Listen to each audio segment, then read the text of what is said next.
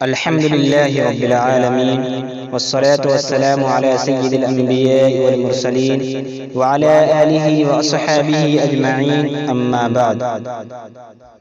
فأعوذ بالله من الشيطان الرجيم. بسم الله الرحمن الرحيم. يا أيها الذين آمنوا إذا قمتم إلى الصلاة فاغسلوا وجوهكم وأيديكم إلى المرافق وامسحوا برؤوسكم وأرجلكم إلى الكعبين. صدق اللہ العظیم. محترم ناظرین و سامعین، پاکی اور ناپاکی کے مسائل میں آج ہم گفتگو کریں گے وضو کی اہمیت اور اس کی فضیلت کے متعلق. وضو جہاں ایک طرح سے حدث اصغر سے پاکی حاصل کرنے کا طریقہ ہے، ایک ذریعہ ہے، وہیں اس کے بہت ساری فوائد ہیں. اللہ کے رسول صلی اللہ علیہ وسلم نے وضو کی بہت سی فضیلتیں بیان کی. چنانچہ اللہ کے رسول صلی اللہ علیہ وسلم نے ارشاد فرمایا کہ قیامت کے دن میری امت کو اس حال میں بلایا جائے گا کہ ان کے ہاتھ، چہرے اور پاؤں چمکدار ہوں گے وضو کرنے کی وجہ سے.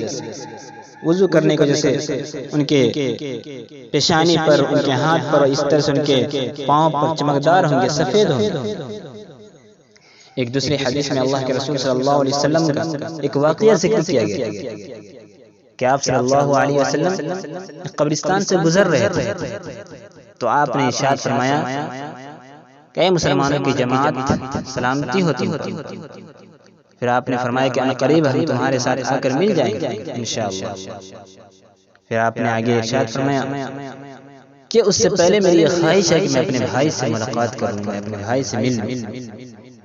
صحابہ نے عرض کیا، اے اللہ کے رسول صلی اللہ علیہ وسلم، کیا ہم آپ کے بھائی نہیں ہیں؟ اللہ کے رسول صلی اللہ علیہ وسلم نے ارشاد فرمایا، نہیں، تم تو میرے صحابہ ہو، میرے بھائی وہ لوگ ہیں جو میرے بعد آئیں گے.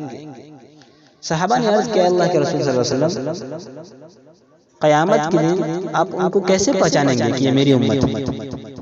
تو اللہ کے رسول صلی اللہ علیہ وسلم نے ارشاد فرمایا کہ اچھا ایک بات بتاؤ کہ ایک سفید چمکدار چہرہ، پاؤں چمکدار ہو اور وہ ایک سیاہ گھوڑے کے بیچ میں رل مل جائے تو کیا اس سفید گھوڑے کا مالک، چمکدار گھوڑے کا مالک اپنے گھوڑے کو نہیں پہچان لے گا؟ تو صحابہ نے عرض کیا، جی ضرور. تو کہا اسی طرح سے وضو کی اثر کی وجہ سے ان کے چہرے، ان کے ہاتھ اور اس طرح سے ان کے پاؤں چمکدار ہوں گے، ہم ان کے ذریعے پہچان لیں گے.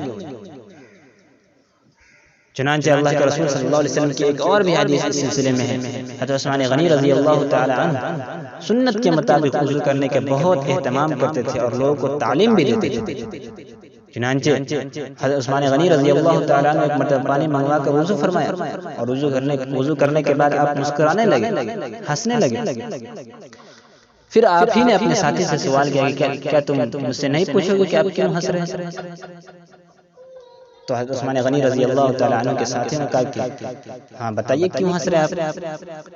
تو حضرت عثمان غنی رضی اللہ تعالی عنہ نے فرمایا کہ ہم لوگ بھی اسی طرح سے آپ صلی اللہ علیہ وسلم کے پاس موجود تھے. آپ صلی اللہ علیہ وسلم نے وضو کرنے کے بعد ہنسا اور ہنسنے کے بعد پھر آپ نے اسی طرح سے اپنے صحابہ سے سوال کیا کہ کیا تم مجھ سے نہیں پوچھو گے کہ میں کیوں ہنس رہا؟ تو صحابہ نے اس وقت سوال کیا تھا کہ اللہ کے رسول صلی اللہ علیہ وسلم آپ کیوں ہنس رہے ہیں؟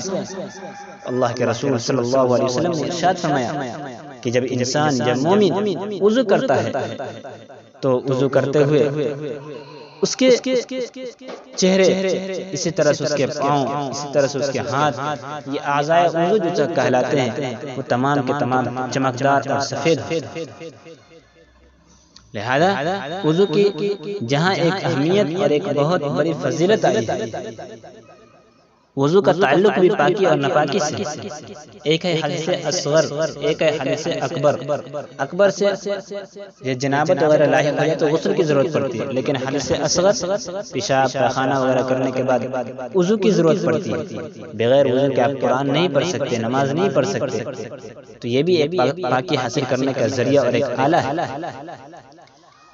ایک اور حدیث میں اللہ کے رسول صلی اللہ علیہ وسلم نے وضو کی فضیلت اس طور پر بیان کی کہ جب انسان وضو کرتا ہے، مومن وضو کرتا ہے تو اسے جب چہرہ دھلتا ہے تو چہرے کے پانی کے آخری قطرے کے ذریعے چہرے سے جو بھی گناہ کیا ہوتا ہے تمام معاف کر دیے جاتے ہیں.